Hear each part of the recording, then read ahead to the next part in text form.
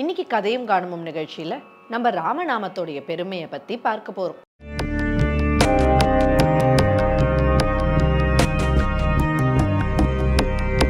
பாலும் தெளிதேனும் பாகும் பருப்பும் இவை நான்கும் கலந்துனக்கு நான் தருவேன்.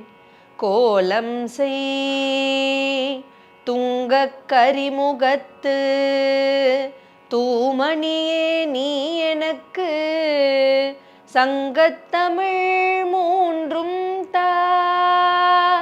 மண் கண்ட வெண்குடை கீழாக மேற்பட்ட மன்னரும் என் பண் கண்டளவில் பணியச் செய்வாய். படைப்போன் முதலாம் விண் கண்ட தெய்வம் பல கோடி உண்டேனும் விளம்பில் உன் போல் கண் கண்ட தெய்வம் உளதோ சகல கலாவல்லியே. தெளிவு குருவின் திருமேனி காணல் தெளிவு குருவின் திருநாமம் செப்பல் தெளிவு குருவின் திருவார்த்தை கேட்டல் தெளிவு குருவின் திருவுரு சிந்தித்தல் தானே.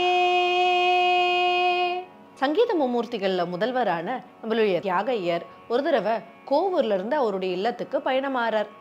அவருடைய சீடர்கள் அவர் தினம் பூஜிக்கிற அந்த ராமனுடைய அந்த விக்கிரகத்தை எடுத்துட்டு கிளம்பும் பொழுது அங்க இருந்த எல்லாருமா கொஞ்சம் கொஞ்சம் பணம் கொடுத்து இதை ராம கைங்கரியத்துக்காக வச்சுக்கோங்கன்னு சொன்னாங்களாம். தியாகராஜருடைய சீடர்கள் அவருக்கு தெரிஞ்சா ரொம்பவும் திட்டுவாரே, அதனால வேண்டாம்னு சொல்லிட அவருக்கான பணம் இல்லையே ராம பூஜைக்கான பணம் தானேன்னு சொல்லி அவர்கிட்ட கொடுக்கவும் அவருடைய சீடர்கள் அந்த பணத்தை வாங்கி வச்சுண்டு ராம பூஜைக்காக எடுத்துக்கலாம்னு அந்த விக்கிரகத்துக்கு பக்கத்திலேயே வச்சுண்டு கிளம்பினாங்களாம். இவங்க கிளம்பி வரும்பொழுது அந்த சீடர்களுக்கு ஒரு பயம் இருந்தது. அவங்க நம்ம பணத்தை எடுத்துட்டு வரோமே அப்படின்னு தியாகராஜர்கிட்ட வந்து நடந்ததை சொல்லிடுறாங்க. தியாகராஜருக்கு ஏன் அப்படி அந்த பணம் வாங்கணும், ராமனுக்கு செய்ய வேண்டியதா இருந்தா அவங்களே ராமனுக்கு செய்யலாமே. சரி, இப்ப நம்ம கையில அந்த பணம் கொடுக்கப்பட்டாச்சு, இப்ப இந்த பணம் நம்மளது இல்லை, இது ராமருடையது. இந்த பணத்தை அவ்வளவு தூரம் நம்ம எடுத்துட்டு போகும்போது இதை பாதுகாக்கிற பொறுப்பும் ராமர்கிட்டயே கொடுத்துருவோம்னு சொல்லிடுறார். இப்படி ஒரு பல்லக்குல அந்த ராம விக்கிரகத்தையும் அவங்க கொடுக்குற பணத்தையும் வச்சுண்டு அவர் காட்டு வழியா பயணமாகி வரார். திடீர்னு யாரோ அவங்க மேல கல் எடுத்து அறியறது அவருக்கு தெரியறது. உடனே எல்லாரும் திருடர்கள் தான் வந்துட்டாங்கன்னு பயந்து போயிடுறாங்க. ஆனா தியாகராஜர் எதை பத்தியுமே கவலைப்படாம ராமனை பாடிண்டே அவர் சேர வேண்டிய இடம் வந்து சேர்ந்துடுறார்.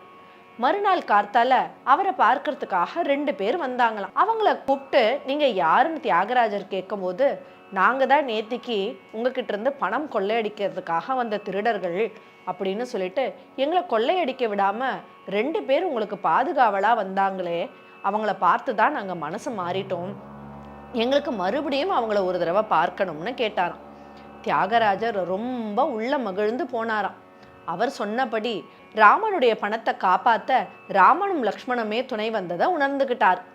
இப்படி தன்னுடைய பக்தர்களுக்காக எந்த இடத்துலையும் வந்து துணை சரி அந்த ராமனை தியாகையர் தன்னுடைய காலம் வரையிலும் பாடிக்கிட்டே இருந்தாராம். அவருடைய ராம பக்தி இன்னிக்களவுக்கும் அவருடைய பாடல்களையும் அவர் பாடின அந்த ராம பக்தியையும் நிலைநிறுத்தி நம்ம எல்லாருக்கும் அற்புதமான சங்கீதமா கொடுத்துருக்கு. அப்படிப்பட்ட தியாகையர் பாடின அந்த ராமனை நம்மளும் இப்ப பாடலாமா? ராமனை நினை மனமே அந்த கோசலை மகனை துதி தினமே. ராமனை நினை மனமே அந்த கோசலை மகனை துதி தினமே. ராமனை நினை மனமே.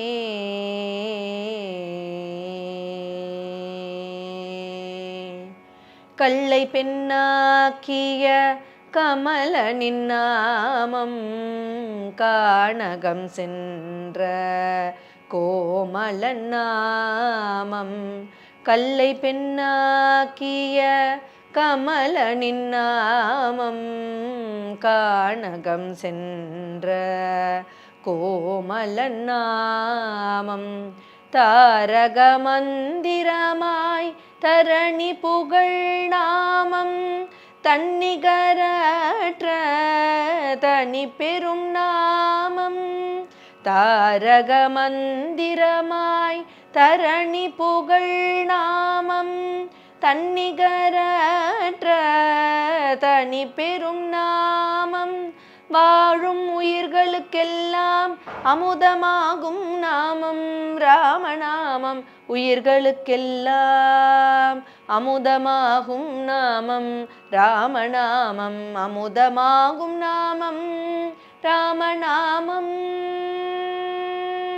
நாமம் ராமநாமம் ராமநாமம் ராமநாமம் நாமம் ராமனை நினை மனமே